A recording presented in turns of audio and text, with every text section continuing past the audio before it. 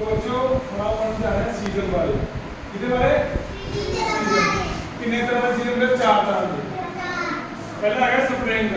ਕਿਹੜਾ ਹੈਗਾ? ਕਿਹੜਾ ਹੈਗਾ? ਸਪ੍ਰਿੰਗ। ਫਿਰ ਆ ਗਿਆ ਸਮਰ। ਫਿਰ ਆ ਗਿਆ ਆਟਮ। ਫਿਰ ਆ ਗਿਆ ਵਿंਟਰ। ਚਲੋ ਕਿੰਨੇ ਤਰ੍ਹਾਂ ਦੇ ਸੀਜ਼ਨ ਹੁੰਦੇ ਬੋਲੋ? 4 ਤਰ੍ਹਾਂ ਦੇ। ਪਹਿਲਾ ਆ ਗਿਆ स्प्रिंग, फिर आ गया समर, फिर आ गया ऑटम, फिर आ गया विंटर। आ गया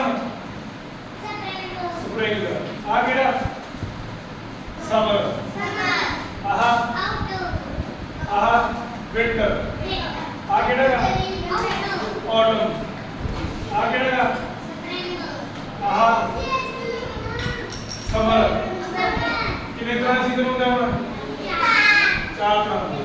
आ गया स्प्रिंग, आहा